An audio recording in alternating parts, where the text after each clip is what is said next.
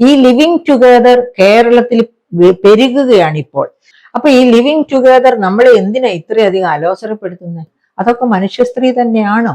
എനിക്ക് തോന്നുകയാണ് മറ്റെന്തോ ഒരു ജന്തു, അതായത് നമ്മൾ സാത്താൻ എന്നൊക്കെ പറയുമല്ലോ, അങ്ങനെയുള്ള എന്തോ ഒന്ന് മനുഷ്യരൂപത്തില് സ്ത്രീ രൂപത്തിൽ ഉടലെടുത്തതാകണം.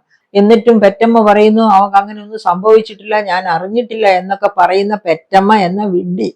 അതൊരു വിഡ്ഢി ആയതുകൊണ്ടാണ് ഇതൊക്കെ ആ ഒരു വീട്ടിലൊരു പെറ്റമ്മയുള്ള വീട്ടിൽ തന്നെയാണ് ഇതൊക്കെ സംഭവിക്കുന്നത്. അങ്ങനെ കൊടുക്കുന്ന ശിക്ഷ ഈ ലിവിങ് ടുഗദർക്കാർക്ക് കൂടി ഒരു വലിയ ക്ഷതമേൽപ്പിക്കണം. ലിവിങ് ടുഗദർ എന്ന സാമൂഹ്യ വിപത്ത്, വിവാഹം ചെയ്യാതെ സ്ത്രീയും പുരുഷനും ഒന്നിച്ച് ജീവിക്കുന്നു. അവര് സാധാരണ ഭാര്യ ഭർത്താക്കന്മാരെ പോലെ തന്നെ ജീവിതം മുന്നോട്ട് കൊണ്ടുപോകുന്നു. പക്ഷേ കുഞ്ഞുങ്ങളെ പ്രസവിക്കുകയും വളർത്തുകയും ചെയ്തു എന്നിരിക്കാം. അതുമല്ലെങ്കിൽ കുഞ്ഞുങ്ങളെ രണ്ടുപേരും അറിഞ്ഞുകൊണ്ട് മറ്റാരും അറിയാതെ നിയമത്തിന്റെ മുൻപിലും കുരുക്കിലും പെടാതെ വകവരുത്തുകയോ ഗർഭാവസ്ഥയിൽ തന്നെ ഭ്രൂണഹത്യ ചെയ്യുകയോ ചെയ്തു എന്നും വരാം. അപ്പോൾ ഇതൊക്കെ കേരളത്തിൽ ഇപ്പോൾ വർദ്ധിക്കുന്ന തോതിൽ നാം കാണുന്നു. കഴിഞ്ഞ ദിവസമാണല്ലോ തൃശ്ശൂരില് അനീഷ എന്ന ഒരു വനിതയും ഭവിൻ എന്ന അവരുടെ കാമുകനും ചേർന്ന് 2 കുഞ്ഞുങ്ങളെ ജനിച്ചതിന് ശേഷം ശ്വാസം മുട്ടിച്ച് അമ്മ തന്നെ ശ്വാസം മുട്ടിച്ചു കൊല്ലുന്നു എന്ന ഒരവസ്ഥ. അത്തരം ഒരു ദുരന്ത അവസ്ഥ, ദുഃഖാവസ്ഥ നമുക്ക് എങ്ങനെയാണ് വിഴുങ്ങാൻ കഴിയുക? നമുക്ക് എങ്ങനെയാണ് ഉൾക്കൊള്ളാൻ കഴിയുക? കാരണം സ്ത്രീയെ പറ്റി നമ്മുടെ ഇന്ത്യൻ മിതോളജിയിലോ മനുസ്മൃതിയിലോ ഒക്കെ പറയുന്ന സ്ത്രീയുടെ ആ രൂപം വികൃതമായി പോവുകയാണ് ഈ ഇങ്ങനെയുള്ള സംഭവങ്ങൾ വരുമ്പോൾ. അതായത് എന്താണ് പിന്നെ നമുക്ക് കാണാൻ കഴിയുന്നത്? അതായത് സർവം സഹയായ ഭൂമിയോടാണ് സ്ത്രീയെ ഉപമിച്ചിരുന്നത്. അത്തരം സ്ത്രീയിൽ നിന്നാണ് ഇതുപോലെയുള്ള പെരുമാറ്റം. ലിവിങ് ടുഗദറിന് മനസ്സായി പുരുഷനോടൊത്ത് ജീവിക്കുന്നു, എന്നിട്ട് കുഞ്ഞുങ്ങൾ ഉണ്ടാകുമ്പോൾ ആ കുഞ്ഞുങ്ങളോട് മുഖം തിരിച്ചു നിൽക്കുന്നു. ഇനി കുഞ്ഞുങ്ങൾ വളർത്താൻ തീരുമാനിച്ചു എന്ന് തന്നെ ഇരുന്നോട്ടെ, 2 പേരും 2 വഴിക്ക് പിരിഞ്ഞു പോകുമ്പോൾ ആരാണ് കുഞ്ഞുങ്ങളുടെ ഉത്തരവാദിത്തം ഏറ്റെടുക്കുക? കാരണം ലിവിങ് ടുഗദർ എന്ന് പറയുമ്പോൾ ഒരു ലോങ് ടേം കോൺട്രാക്റ്റ് അല്ല. അങ്ങനെ വരുമ്പോഴേക്കും 2 പേർക്കും 2 പേരുടെയും വഴി നോക്കി എപ്പോൾ വേണമെങ്കിലും പോകാം. അപ്പോഴാരാണ് കുഞ്ഞിന്റെ ഉത്തരവാദിത്തം ഏറ്റെടുക്കുക? അങ്ങനെയുള്ള സാഹചര്യത്തിലാണ് നമ്മൾ ഈ ഗ്രന്ഥകാരനെ പരിചയപ്പെടേണ്ടത്. ആരാണ് ഈ ഗ്രന്ഥകാരൻ? Gary S Baker. അതായത് 1991 സാമ്പത്തിക ശാസ്ത്രത്തിനുള്ള നൊബേൽ പ്രൈസ് വാങ്ങിയ അമേരിക്കൻ സാമ്പത്തിക ശാസ്ത്രജ്ഞനാണ് ഗാരി എസ് ബെക്കർ. അദ്ദേഹം ഇന്നില്ല. 1983 എഴുതിയതാണ് ഈ ബുക്ക്. ഈ ബുക്കിന്റെ പേര് A treaties on the family. എന്താണ് ഈ പുസ്തകത്തിന്റെ പ്രത്യേകത? ആ പുസ്തകത്തിന്റെ പ്രത്യേകത എന്ന് പറയുന്നത് അത് കുടുംബം എന്ന് പറയുന്ന ആ സ്ഥാപനത്തിന്റെ മഹത്വം.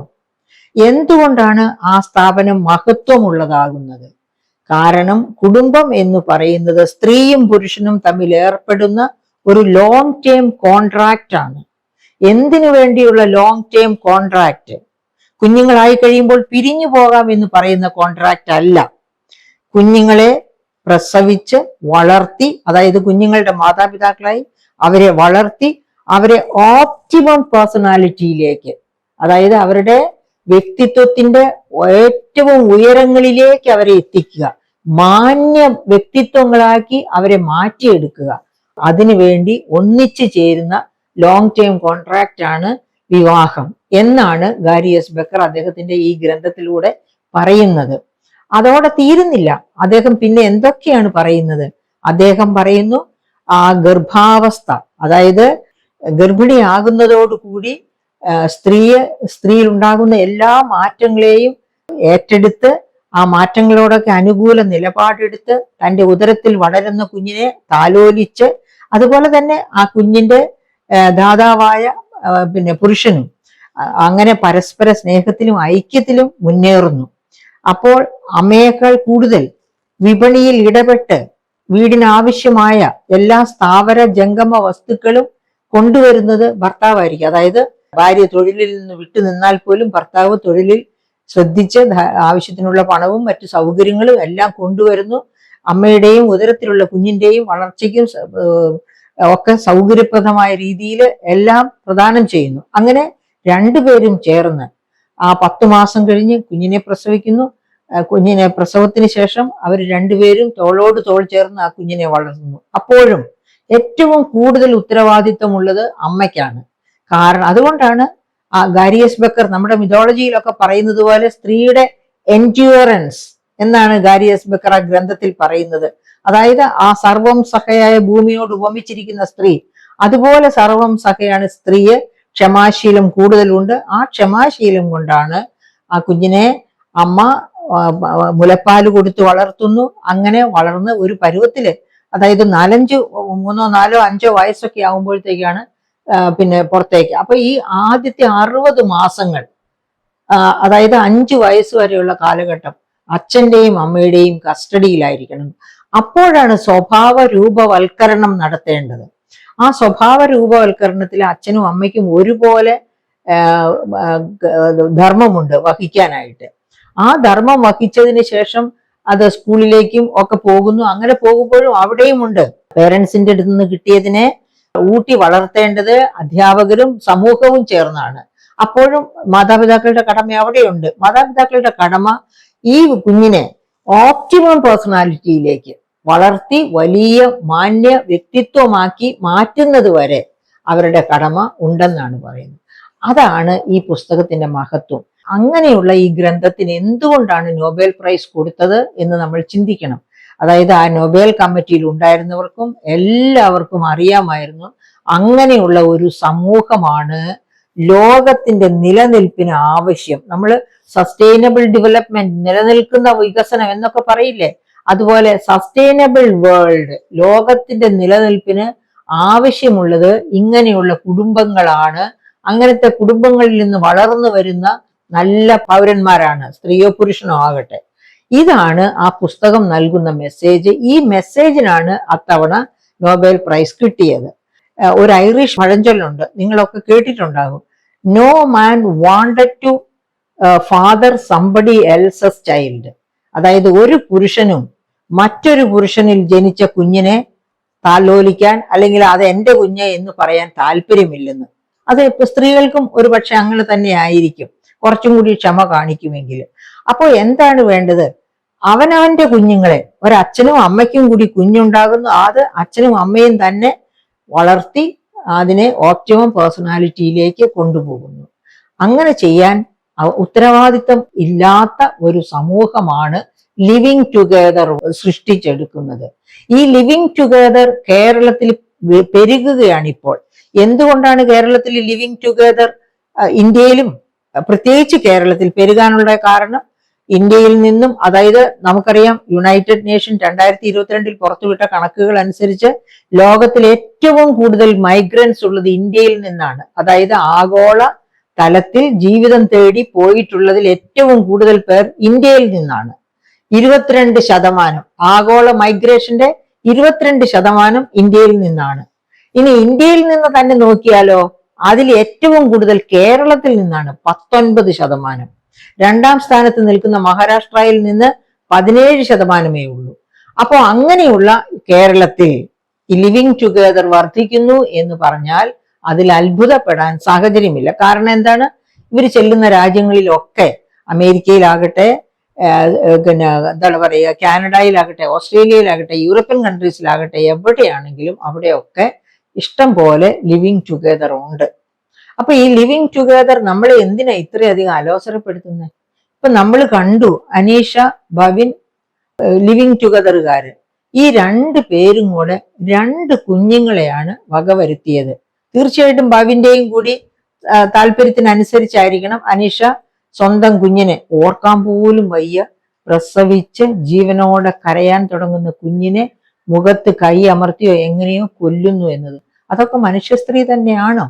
എനിക്ക് തോന്നുകയാണ് മറ്റെന്തോ ഒരു ജന്തു, അതായത് നമ്മൾ സാത്താൻ എന്നൊക്കെ പറയുമല്ലോ, അങ്ങനെയുള്ള എന്തോ ഒന്ന് മനുഷ്യരൂപത്തില് സ്ത്രീ രൂപത്തിൽ ഉടലെടുത്തതാകണം.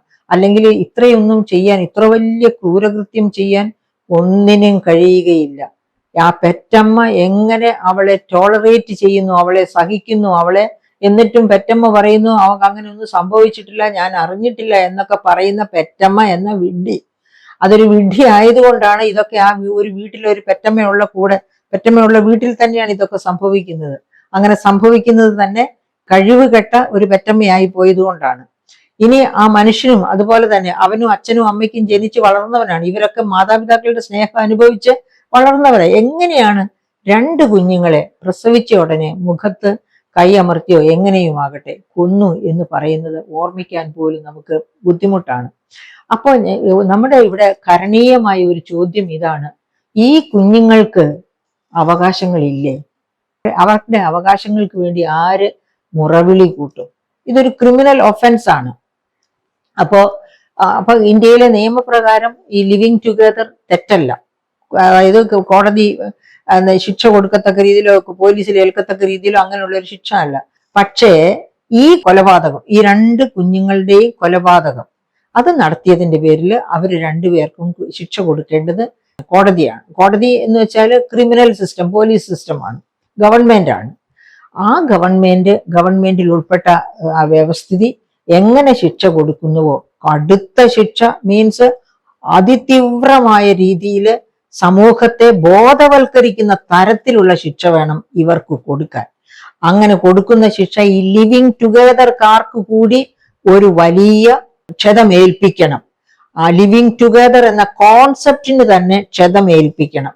നല്ലതല്ല നല്ലതല്ല നല്ലതല്ല എന്ന് സമൂഹം ഒന്നിച്ച് പറയുന്നു എന്ന് തോന്നിക്കത്തക്ക രീതിയിൽ ക്ഷതമേൽപ്പിക്കുന്ന തരത്തിലുള്ള ആക്ഷൻ ആവണം ഗവൺമെന്റ് മെഷീനറിയുടെ ഭാഗത്ത് നിന്ന് ഈ കേസിനെതിരെ ഉണ്ടാകേണ്ടത്.